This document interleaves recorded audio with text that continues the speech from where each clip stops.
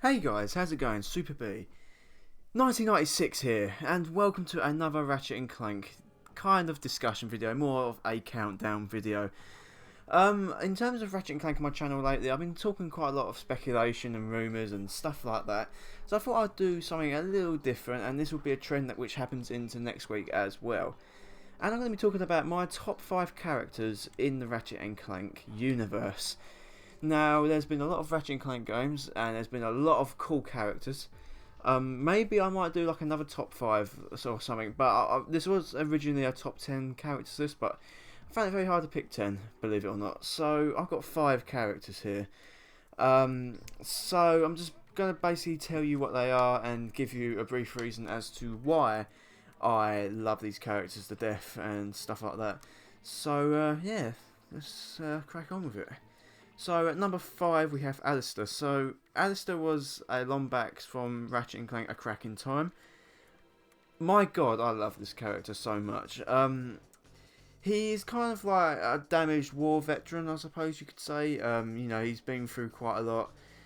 He knew Caden, who is Ratchet's father, and you know, he was one of the people there during the Great War in Ratchet and Clank. So his character is really good. I feel like he was misunderstood. Towards the game he was misunderstood. Spoiler alert for those who haven't finished Crack in Time. I mean, the game's like 6 years old now. I think you should play it. But he tried to use the Great Clock to you know, rewind time to fix all the past mistakes that he made, etc. All that kind of stuff. And ultimately it did end up failing on him. He didn't get the result he wanted. Obviously, he ended up dying as a result. But I just think he's a kind of one of them bittersweet characters. Really, he got an ending, but I don't know. I mean, it's impossible for us to see him in any future games. Maybe in like a prequel game, which would be amazing. But I don't know. It's a shame we ain't really going to see this character again. But at number 5, Alistair. At number 4, we've got Captain Quark. Yes, the intergalactic knobhead himself.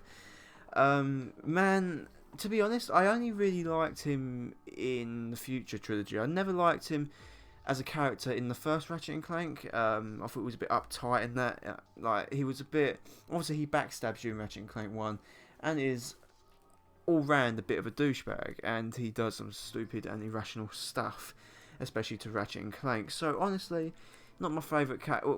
He wasn't my favourite in the first game. Beyond that, he was. I love his character in the Future trilogy, where he's a bit of a doofus, he's a bit of a knob. I think that works really well for his character. He's quite humorous, he's quite funny, you know. He's that comic relief character, and you know, it's really great. I think Captain Quark's, you know, one of the most crucial characters in the franchise. I don't know what you do without him, honestly. At number 3 we have Dr. Nefarious, the main quote-unquote antagonist of the Ratchet and Clank franchise.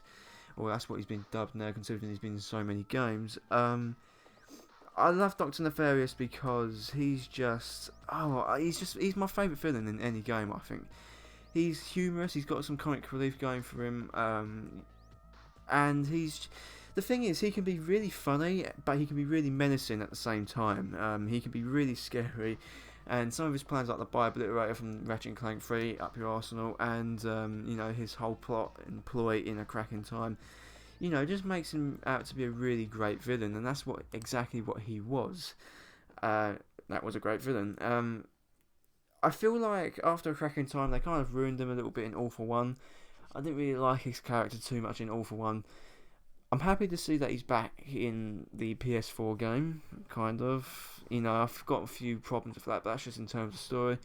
But you know, I do like Nefarious, he is a pretty decent character. At number 2, this may surprise you, is Ratchet. Now, I would put Clank on here, but Ratchet and Clank, you know, they're both separate characters, but I like Ratchet. He is one of my favourite protagonists in any game franchise going. The reason why he's at number 2 is because the next character just beats him in general. I don't care, but we'll get to that in a minute. But the reason why he's this high up on the list, one, it's not just because he's the protagonist. I just think he's a pretty good hero in general. You know, the stuff he does, his attitude, his sarcasm, his mannerisms. Ratchet is really a great protagonist, and you know, over the games he has developed into a really fine character. Crack in Time for me was when he was at his best. You know, he's had his dark moments, he's had his deep moments, considering the Lombax race being lost and stuff like that. Ratchet and Clank 1, he was an arsehole. We all know that, but we move on from that. And at number 1, the character that tops them all is Lawrence. Lawrence being Dr. Nefarious' butler.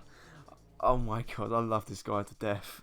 Mainly because of his sarcasm, and he adds that extra bit of humour to Dr. Nefarious' humour, and he is really, really funny. I always find myself laughing whenever he's in a cutscene or something like that. So, I can't really give much of a reason than that. I just love Lawrence. I think he's my favourite character. I always want him to be in future titles. It's a shame he isn't in the PS4 game, or it doesn't appear that he is. You know, whenever someone asks me who my favourite Ratchet and Clank character is, I always go to Lawrence. You know, that's a default thing. But that's it, guys. I hope you agree with my list. If you want, you can let me know your top 5 Ratchet and Clank characters in the comment section below. Like, subscribe, favourite, all that good stuff, and I shall speak to you guys later on.